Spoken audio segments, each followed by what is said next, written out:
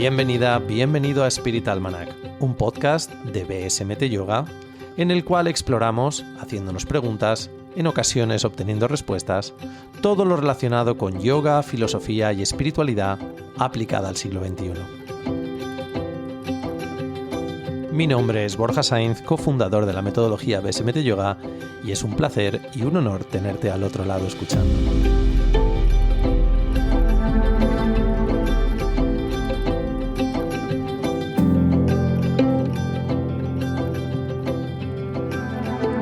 ¿Qué tal estáis, queridas amigas y amigos? Bienvenidos al primer episodio del 2023. Tampoco es que llevemos muchos episodios, pero mira, ha surgido que nos ha tocado un cambio de año. Espero que hayáis empezado el año muy bien y en el episodio de hoy precisamente quería estrenar un enfoque que quiero ir dando al podcast, ir alternando entre episodios en los que nos centramos más en aspectos teóricos, filosóficos, incluso con suerte próximamente empezaremos a hacer también episodios en los que entrevistamos a distintas personas, ¿okay? Para que nos den también su visión, no solo del yoga, sino de otras cosas que en mi opinión también son interesantes. Tengo más intereses que el yoga, aunque no lo parezca. Pero quería hacer también episodios que os resulten fundamentalmente... O sea, que supongan como herramientas, ¿vale? Episodios, por ejemplo, ligados a biomecánica, hablando de una parte del cuerpo, de aspectos técnicos, de posturas, o también episodios en los que podamos meditar y hacer pranayama juntos, que os pueda guiar. En el episodio de hoy quería hablar específicamente de una cosa que llamamos sadhana, es lo que llamamos una práctica personal. Lo primero, me gustaría daros un enfoque de qué es una sadhana para distinguirlo de simplemente practicar yoga en casa. Y luego quería también daros unos consejos de cómo podéis vosotros empezar a desarrollar una práctica de yoga, una sadhana a nivel personal. Siempre es mucho más fácil cuando tienes un profesor experimentado con el cual tienes una sesión privada, ¿vale? Esto Tamara lo hace desde el punto de vista de la Ayurveda, yo lo hago desde el punto de vista también de sadhana. Y cuando tienes la ayuda de alguien experimentado, pues puedes contarle con más detalle y te puede estructurar una sadhana muy específica. Muchas veces las sadhanas las estructuramos en periodos de 40 días. Y esto es útil porque también ponemos, digamos, una fecha como un tratamiento, nos permite ver el impacto que tiene la sadhana y sobre todo las resistencias que van a ir surgiendo, porque practicar todos los días seguidos durante 40 días es un reto, ¿vale? Entonces, además, este episodio, el otro día antes de grabar el episodio ya grabé una clase específica porque me gustaría también facilitaros la vida.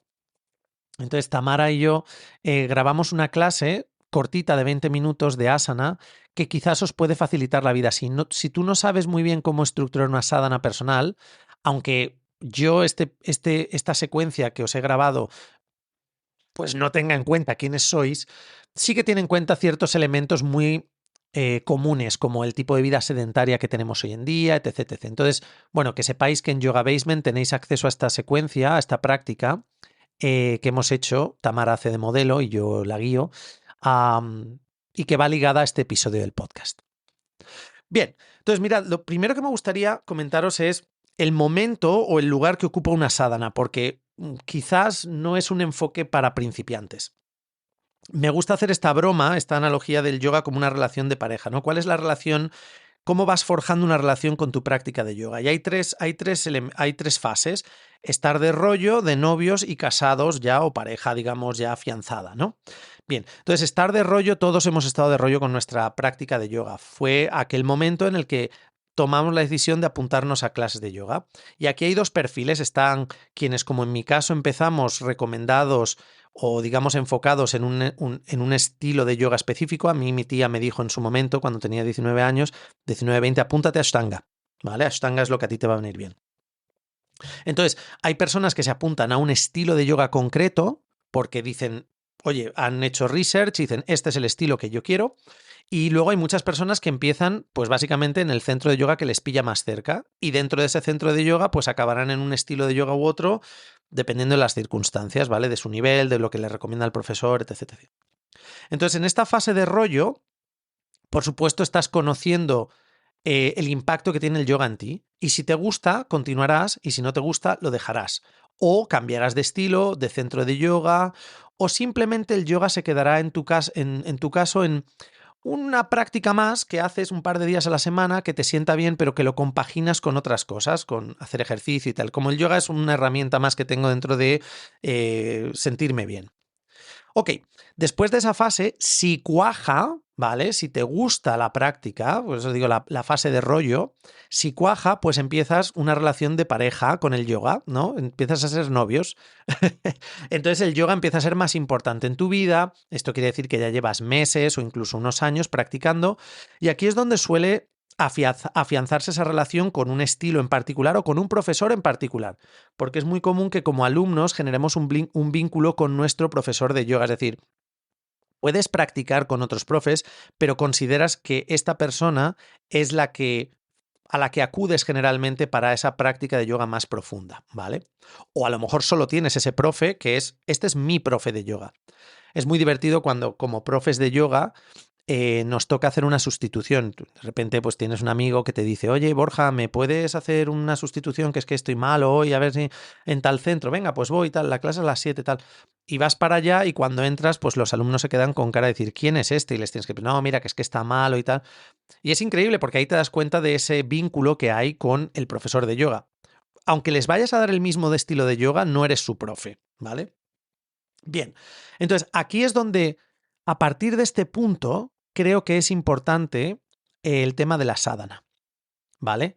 Porque a partir de aquí lo que puede ocurrir, que este es el menor de los casos, es que esa relación de pareja ya, digamos, dé el siguiente paso, como digo, ¿no? La fase de matrimonio, de pareja de hecho, estoy haciendo, como veis, es una analogía, ¿no? Lo de tener hijos con tu pareja ya son como meterte en una hipoteca juntos, o sea, decir, uff, aquí hay un vínculo ya muy tocho.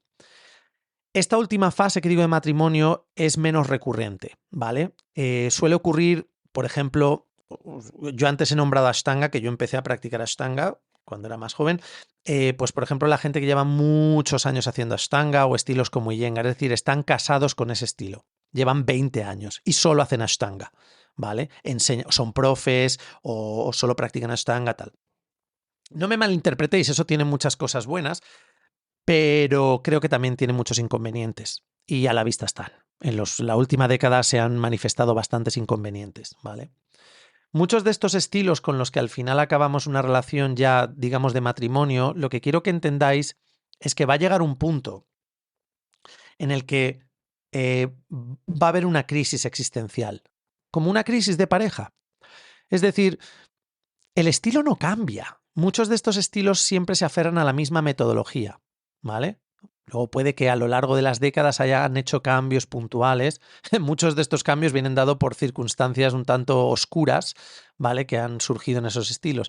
Pero en realidad muchos de estos estilos perpetúan, ¿vale? La misma mecánica, la misma metodología. Porque es que si lo estuviesen cambiando todo el rato, no habría forma de sostener ese estilo como algo a lo que accedes y en donde te puedes ir desarrollando, ¿vale? Tú puedes ir cambiando, pero el estilo no va a cambiar muchas veces.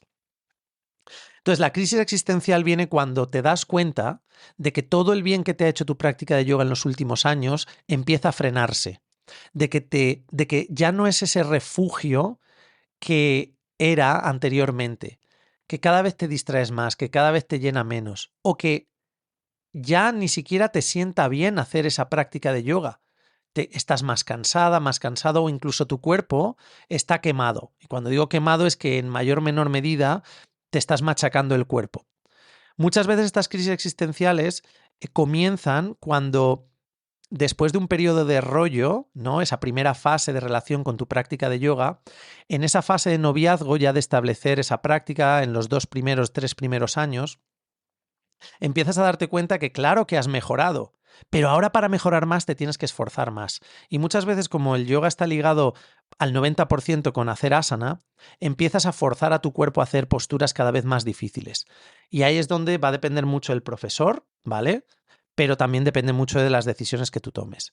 Y el cuerpo empieza a sentir la sobrecarga de estrés que supone querer siempre buscar más, ir más allá de tus límites, pensar que detrás de esa postura o cuando consiga más flexibilidad o cuando consiga llegar a esta nueva fase, al nuevo nivel, a que el profe me dé la siguiente secuencia o el nuevo nivel de tal, entonces voy a estar más cerca de ese estado de yoga o dejaré de sufrir. No, lo que pasa es que el yoga cada vez te hace menos efecto y tú cada vez impones más responsabilidad, le estás poniendo al yoga más responsabilidad en el sentido de quiero que el yoga me solucione mis problemas. No, no, no. Es que ya no. Los problemas que tenías te los solucionó el yoga en cuanto a bienestar, tal, todos esos cambios positivos en la fase de rollo, ya te has adaptado a ellos. Estás mejor que hace 2, 3 años. Pero ahora ya no te estás adaptando a los nuevos cambios que hay en tu vida. Porque este es el tema. Tú cambias, pero si la práctica de yoga no cambia, prepárate para esa crisis existencial. ¿Ok? Entonces, yo siempre le digo a mis alumnos y clientes cuando me piden que les desarrolle, que les ayude a desarrollar una sadhana. ¿Practicas algún estilo de yoga o vas de forma recurrente a clase? Claro, aquí quiero que entendáis que muchos de mis clientes son profesores de yoga. Entonces, en Petit Comité, pues siempre decimos lo que creo que quienes estéis escuchando esto y sois profes de yoga, estáis de acuerdo conmigo. Un gran problema de ser profe de yoga es que acabas practicando menos. Das más clases, pero tu práctica de yoga empieza a disolverse, practicas menos. Ahí es donde también es muy importante una sadhana, ¿no? Entonces, la idea aquí es, primero, tenemos que hacer autocrítica. Tenemos que darnos cuenta del lugar en el que estamos ahora mismo. Si estamos practicando otro estilo de yoga, yo siempre le digo, como os digo a mis clientes o alumnos, decir, ¿disfrutas yendo a clase de este estilo? Sí, pues sigue yendo. Esto es distinto. Una sadhana es compatible con el hecho de que sigas haciendo clases online, que vayas 2, 3 días a la semana a tu centro de yoga, practicar, totalmente compatible. Ten en cuenta que hasta te diría que es una ventaja. ¿Por qué? Porque ¿qué es en mayor medida lo que estás haciendo cuando vas a clase de yoga? Asana. Genial. Entonces en la sadhana te puedes enfocar en otras cosas. Lo primero, una sadhana personal debería ser sostenible en el tiempo. Por lo tanto, si vamos a hacer una práctica, una sadhana que queremos de primeras mantener durante 40 días seguidos para ir tomando notas sobre cómo nos va impactando, vamos a intentar que dure un tiempo que sea asequible. O sea, es decir, si pretendes que tu práctica personal, tu sadhana, dure lo que dura una clase de yoga al uso, es decir, 1 hora o más, no va a funcionar. Y no va a funcionar porque hay que ser realistas. Es decir, la mayor parte de nosotros, de nosotras, no tenemos 1 hora al día para dedicar una. Puede que sí, pero luego hay días que pasan cosas y no. Entonces, yo siempre digo, entre 20 y 30 minutos. Si te agobia, 20 minutos. Si sabes que puedes y tienes ese tiempo, 30 minutos. Y recordad, hoy en día, no sé en los móviles Android, porque yo siempre he sido de iPhone, pero es que estoy muy metido en el ecosistema desde hace años. No puedes salir. Ya cuando estás en el ecosistema de Apple, no puedes salir. Pero recordad, hay una aplicación que seguro que Android también lo tiene, que te dice al final de la semana el tiempo que has dedicado utilizando el móvil a las distintas aplicaciones. Entonces, cuando tú al finalizar la semana coges tu móvil y ves que has dedicado 6 horas a estar en Instagram, no me digas que no tienes 20 minutos al día. Ahí es donde te tienes que poner prioridades, ¿vale? Entonces, pero no pasa nada, esto no es juzgar, porque es lo que os digo, es autocrítica, que yo cojo mi móvil y también veo las aplicaciones de joder, Borja, has estado jugando al juego este de bola de dragón en el móvil, en plan 3 horas esta semana, ¿vale? Bueno, entonces aquí, siempre que hagas autocrítica, hazlo desde la perspectiva del humor. En plan de, joder, qué desastre soy. Me gusta hacer esto, me gusta perder el tiempo con esto, pero venga, ¿cómo puedo gestionar que mi práctica de yoga para incluso muchas veces seguir haciendo esto que puedes que como crítica digas, una pérdida de tiempo? Ya, pero si tu sadhana la puedes compaginar y decir, mira, le voy a quitar 20 minutos a esto y se lo voy a poner a mi sadhana. Voy a seguir haciendo esto otro, pero voy a ser más feliz porque no me voy a limitar, no me voy a quitar lo que me gusta, aunque sea que no es productivo, pero sí que le voy a dar espacio a mi práctica de yoga, mi sadhana personal, mi ritual, mi lugar de reflexión, mi lugar de terapia y sanación personal. 20-30 minutos, como hemos dicho. ¿Cómo vas a gestionar ese tiempo? Si ya practicas asana a lo largo de la semana, no te hace falta más de 10 minutos de asana, porque lo que quieres es utilizar esa práctica de asana como el ritual que haces todas las noches antes de irte a dormir, ¿vale? Lavarte la cara, lavarte los dientes, ponerte la crema. Yo me pongo crema antes de dormir, ¿vale? Ya tengo una edad, ¿sabes? Por eso estoy divina, ¿sabes? Así como mi cosita de contorno de ojos. Esta Mara me ha enseñado todos los trucos, el serum antes de la hidratante y todo eso, ¿no? Pero ese ritual, todos tenemos esos rituales, ¿vale? Ese ritual de antes de irte a dormir, te pones el pijama, el no sé qué, el tal, enciendes el... Vale, pues tu sadhana tiene que ser eso. Y tu práctica de asana dentro de tu sadhana tiene que ser esa mini preparación. Si te conoces bien físicamente, haz lo que tú sabes que te sienta bien. Yo os voy a poner mi ejemplo. Como desde hace un año llevo con molestias lumbares de llevar a Daniela, siempre la llevo en brazos, pero es que la llevo en el brazo izquierdo. Entonces, claro, la pelvis entra en arteversión, tal. Yo mi práctica de asana para mi sadhana es hacer lo que yo llamo la muerte del ninja, es decir, estirar los cuádriceps bien, trabajar, liberar mi zona lumbar y luego sobre todo hacer cosas para movilizar hombros y cuello para liberar la respiración en la parte superior, ¿vale? En esa respiración profunda en la zona de las clavículas y en los costados debajo de las axilas. Eso es lo que me ayuda a, en 10 minutos, cambiar cómo me siento físicamente, es decir, que mi cuerpo ahora esté de mi lado para poder ahora practicar pranayama y meditación, ¿vale? O pranayama y shavasana o yoga nidra. Si estás muy cansada, es muy probable que lo que mejor te siente es ese tipo de shavasana meditativo que en vez de estar sentada te tumbas y en shavasana exploras un poco la concentración, la observación, ¿vale? El término meditación yo ya intento que sea muy amplio, no quiero ser tan estricto. Pranayama es súper importante. En los tiempos que corren, un elemento fundamental de una de una sadhana de 20 a 30 minutos debería ser unos 5 minutos, entre 3 y 5 minutos de pranayama. Y os voy a dar un secreto. Tan fácil como inhala en 6, exhala en 6. Ese ratio está más que demostrado que automáticamente genera un impacto muy beneficioso en nuestro sistema nervioso. Inhala en 6 profundo y exhala en 6 profundo. Y luego, si eso te vas adaptando a ello, al cabo de la primera semana, ¿vale? De los primeros 7 días, más o menos de esos 40 días de sadhana, le puedes introducir retención. Inhalo en 6, aguanto 2-3 segundos, mente en calma, exhalo en 6, suspendo 2-3 segundos, mente en calma, ¿vale? El aspecto de meditación, mi recomendación siempre es que, como la sadhana va a durar 40 días y vas a ir reflexionando sobre el impacto que está teniendo, después de 40 días se pueden modificar cosas. Es más, lo que hagas de asana, el 70% de lo que hagas de asana lo puedes ir cambiando. ¿Por qué digo el 70%? Porque siempre va a haber un 30%, va a haber 2-3 posturas o acciones físicas que hagas que tú sabes que en este momento de tu vida te sientan genial, porque pasas mucho tiempo sentada, porque tienes una lesión no sé dónde. Entonces, esas posturas o esas acciones físicas, hazlas siempre. Y luego, conforme vayan pasando los meses, las estaciones del año también afectan mucho, pues mira, a ver, a lo mejor ya, pues mira, me voy a centrar más en flexiones, en hacer rotaciones, ahora ¿vale? Pero siempre va a haber un 30% de asana que va a permanecer porque va muy ligado a tus necesidades físicas.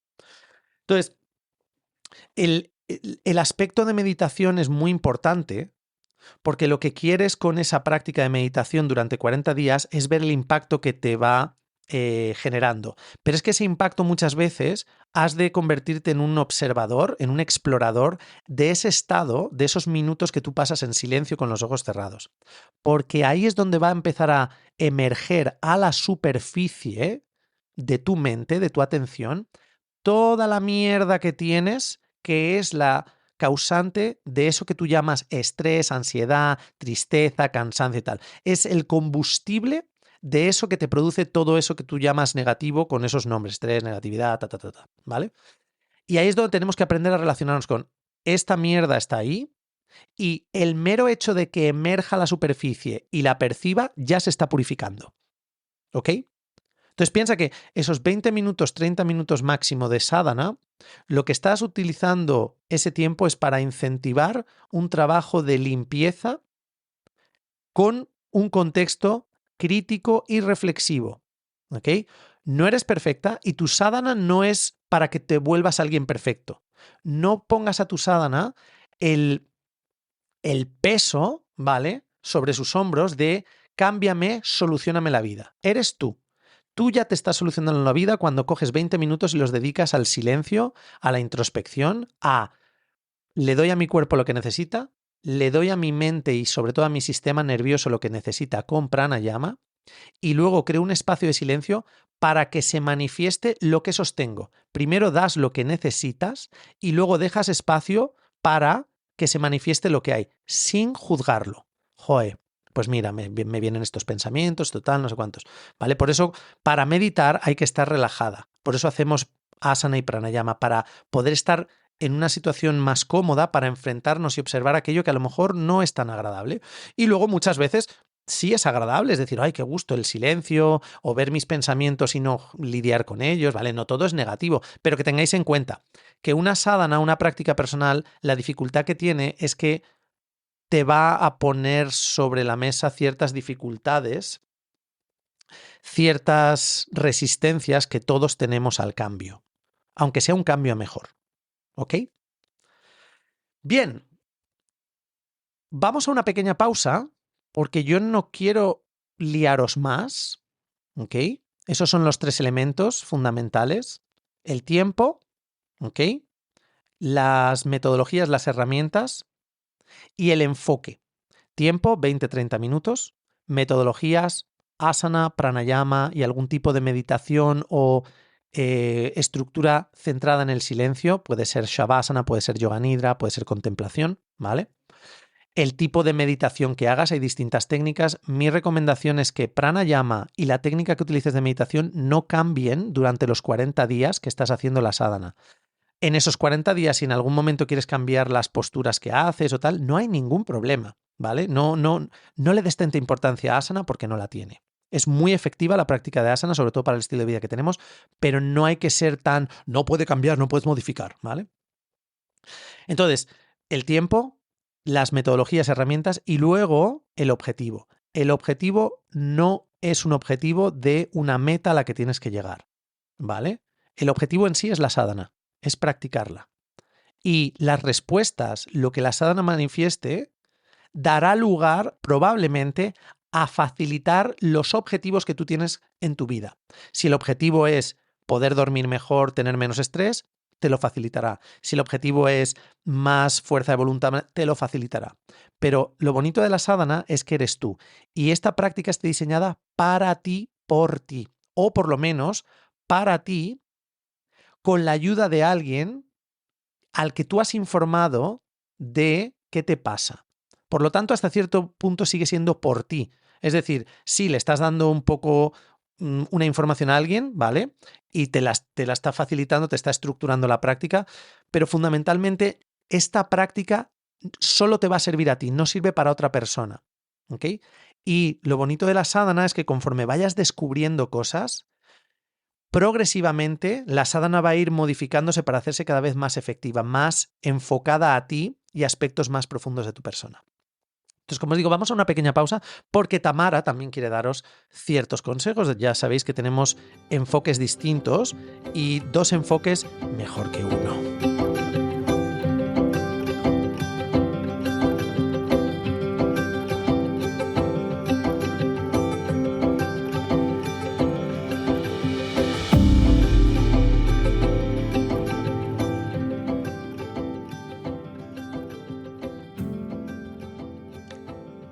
Hola a todos los oyentes y gracias a Borja por dejarme este rinconcito de 5 minutos de aquí en Spirit Almanac.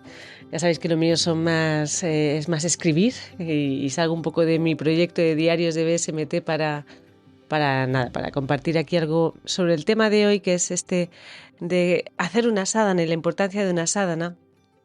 Decía Borja que nuestros enfoques son diferentes, no tan diferentes porque nos hemos formado los dos en el mismo linaje y al final eso hace que las prácticas y toda la base sea la misma, pero es verdad que tenemos, pues al final distintas personas son como distintas a lo mejor perspectivas o cosas que aportar.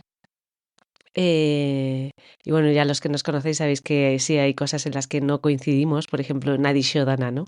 Que Borja piensa o dice que es un pranayama, para mí es un shatkriya y ahí estamos en total desacuerdo. Ya llegaremos en algún momento a un consenso, espero. Bueno, volviendo a este tema, de la sadhana y la importancia de esos 40 días, si ponéis en internet, porque yo quiero hacer un poco ese hincapié en la repetición, que a muchos nos puede resultar o sonar como tedioso, rutinario, esa idea de aburrimiento, ¿no? Pero es la parte más importante de la sadhana, es realmente la repetición. Si ponemos en internet 40 días hábitos, os van a salir un montón de entradas sobre la importancia de esos 40 días para establecer un nuevo hábito. A nivel sistema nervioso, también es muy importante la repetición, porque nuestro sistema nervioso es plástico, el cerebro es plástico, el sistema nervioso autónomo también, lo que quiere decir que tiene la capacidad de cambiar, de aprender, de modificarse. Pero para que se produzcan esos cambios es necesario repetir y repetir y repetir. Cuando repetimos ciertas prácticas, por ejemplo, si nunca hemos meditado, es que yo nunca voy a poder meditar. Bueno, dale una oportunidad o dale 40 oportunidades, ¿no? Porque eso va a hacer que tu sistema nervioso se adapte, se empiece a familiarizar con esas prácticas, nos resulte más fácil, estemos más cómodos, con menos resistencia. Entonces, desde el punto de vista occidental, ese descubrimiento sobre el sistema nervioso y la capacidad de adaptación y modificación, siempre y cuando haya repetición, ya nos ponen el énfasis en esa importancia de hacer siempre la misma práctica. Y luego desde el punto de vista de la Ayurveda también se hablan de los 40 días. Y en este caso la explicación viene dada porque desde el punto de vista ayurvédico, cada uno de nosotros estamos formado de 7 tejidos. Y cuando captamos un nutriente, un alimento, ya puede ser físico, una comida, o puede ser también más a nivel sensorial o espiritual, o también puede ser una medicina, puede ser un tratamiento ayurvédico, o puede ser también una práctica de yoga nidra, puede ser una práctica de relajación. Si la hacemos 40 días, es importante por el tema de nutrir los 7 tejidos. Cada uno de los tejidos tarda como 5 días en integrar ese nutriente y pasarlo al siguiente tejido que tarda otros 5 días para captar, asimilar, digerir ese nutriente y pasarlo al siguiente tejido así, ¿no? Entonces, 7 por 5, ya sé que son 35, pero tampoco esta es una regla súper exacta. Hay personas que los días que tarda en nutrirse los tejidos es un poco más, en otros es un poco menos, así que se hace como esa generalización de 40 días para que la práctica que hagamos, para que ese aspecto que estamos integrando, incorporando en nuestra vida, llegue a la parte más profunda de nuestro cuerpo, que sería el tejido óseo, reproductor y muy relacionado con el sistema nervioso.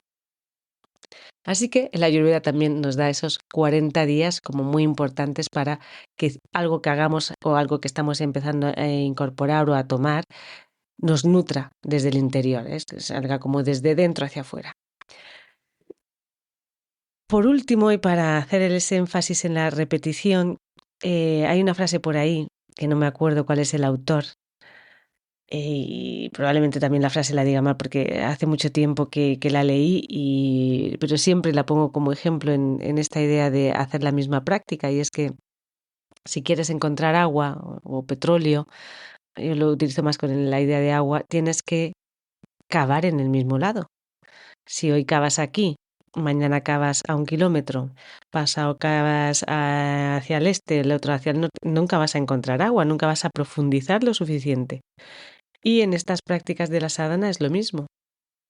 Si hoy haces esta meditación, mañana hago esta otra, luego hago esta respiración, luego esta otra. Igual hasta son, en el tema respiraciones, son de efectos opuestos, o sea que estaríamos ahí como volviendo un poco loco a nuestro sistema nervioso.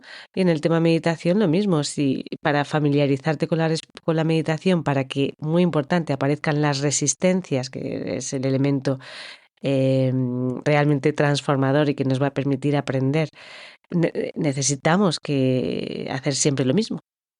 Así que tenemos esa idea también del pozo, ¿no? Hay que hacer la misma práctica, darle una oportunidad, no, 40 oportunidades por lo menos, tenemos esos 40 días.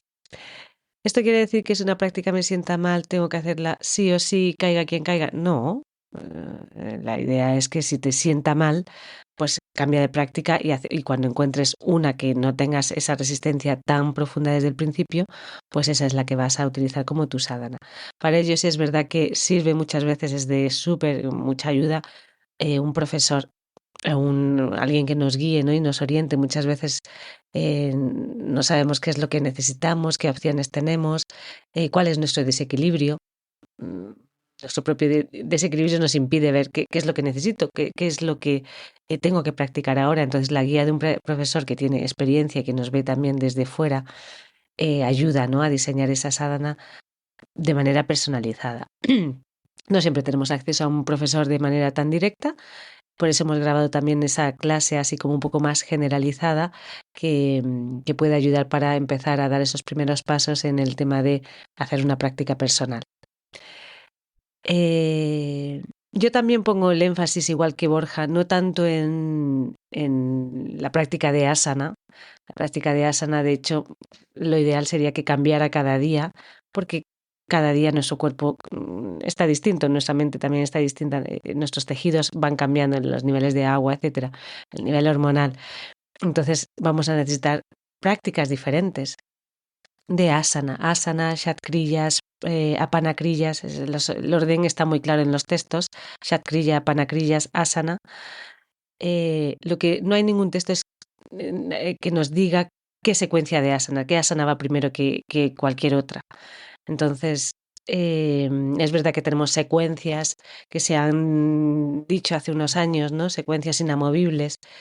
Pero a mí me parece que eso genera no solamente dependencia, sino además falta de observación y de perspectiva con uno mismo, con cómo me están sentando las cosas. Porque como bien he dicho de esta persona que es importante o que ha tenido toda esa repercusión a lo mejor en el yoga moderno, pues entonces esto es que tiene que estar bien. Esto, y si te sienta mal encima te sientes hasta culpable.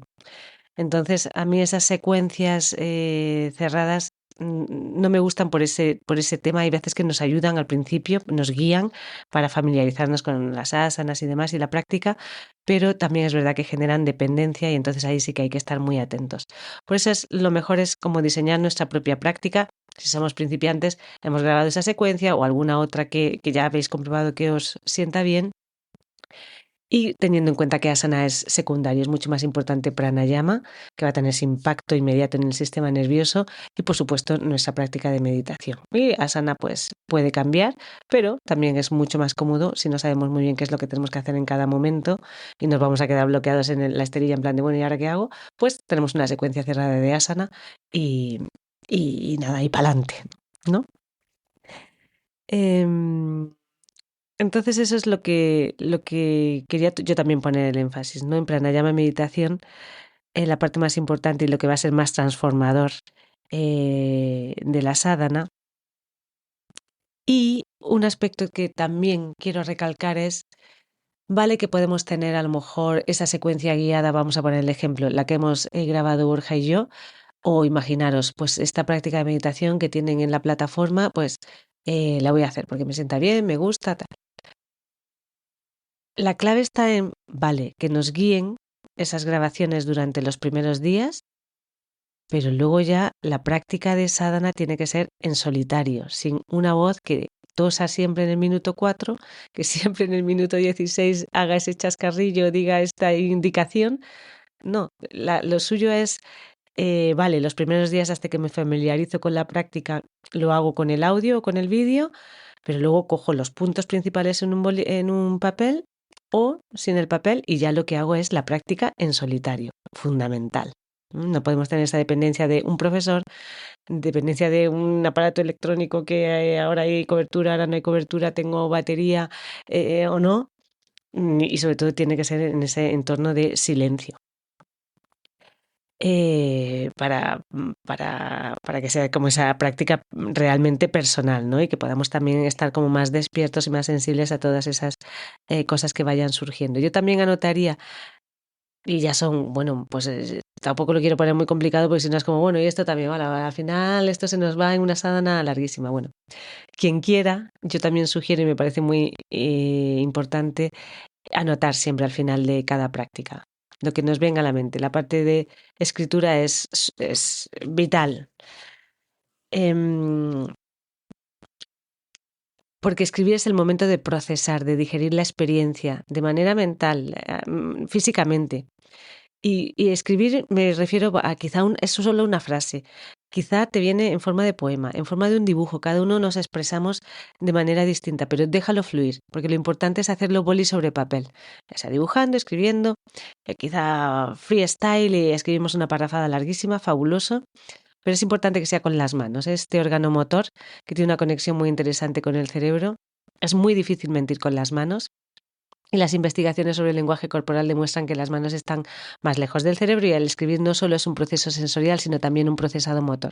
Así que deja que la mente y el cuerpo se expresen y además también eres más consciente de cómo va tu camino, ese camino que comienza, ese viaje que comienza con el primer día de la sadhana, vas viendo las resistencias, lo vas viendo a posteriori, o a toro pasado, digamos, al final de la sadhana puedes leer, mira, aquí veo claramente y porque lo he escrito, ya directamente lo vas a memorizar mejor, pero además tienes esa documentación a la que volver y ver, ¿no? Hacer como esa línea del camino donde ha ido la resistencia, donde ha ido la cosa mejor, donde pensábamos que esto estaba dominado, donde fue como esa bofetada de realidad de, bueno, aquí no hay nada dominado, esto cambia de un día para otro.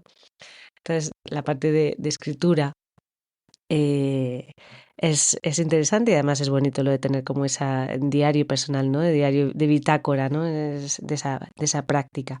Cómo me siento, cómo lo he sentido en el momento, cómo me fue luego a lo largo del día. Es otra sugerencia que dejo aquí, no es obligatorio, pero por si alguien no había caído en ello, es también una parte muy enriquecedora de la sadhana. Por último, ya para terminar, que al final mis 5 minutitos me enrollo y se alargan, que sí quería hacer una énfasis en profesores. Es fundamental tener nuestra sadhana personal, es lo que da ancla a lo que enseñamos, da perspectiva y sobre todo que vamos a enseñar si no tenemos una práctica propia. O sea, a nivel también honestidad y sinceridad es muy importante.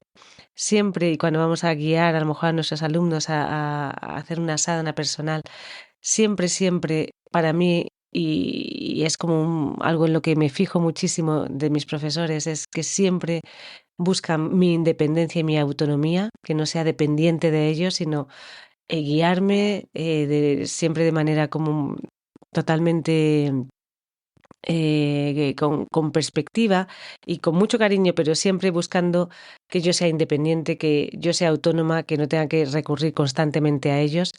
Y lo mismo, esa es para mí una garantía de confianza en el profesor, que puedo confiar en el profesor y que las prácticas no se comparten. Nuestra práctica personal es nuestra práctica personal, no se comparte con los demás, como igual que tampoco se comparte el Sankalpa ni el mantra personal que nos da nuestro profesor.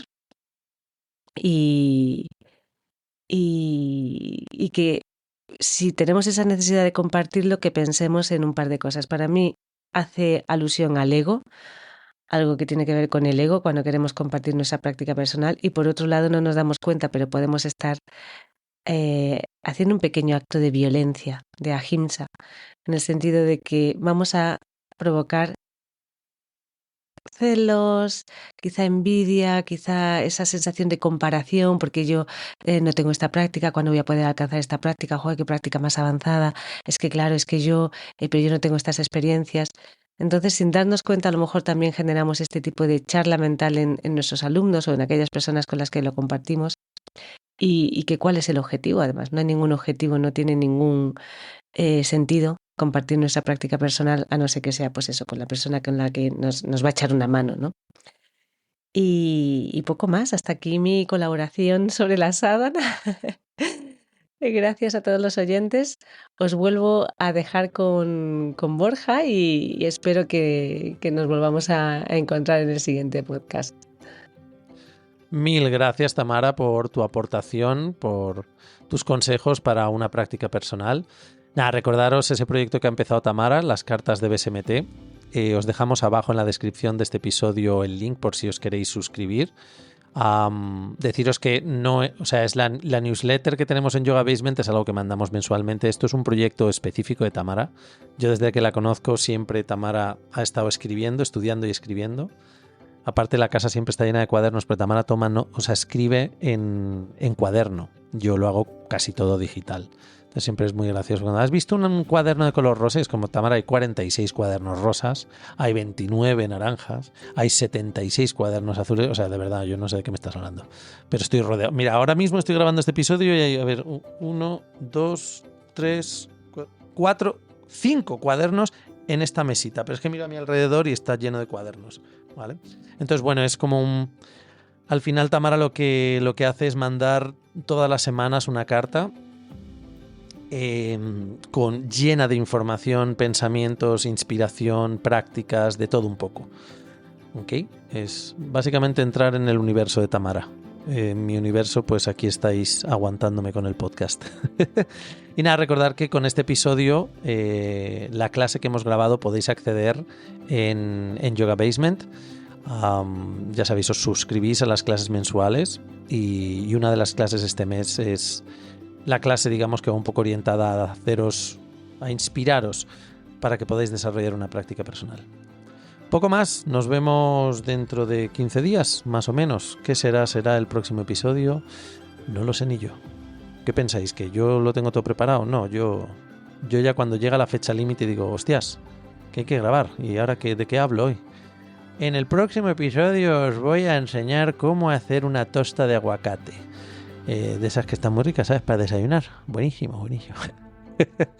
Hariom Yogis, se os quiere. Chao, chao.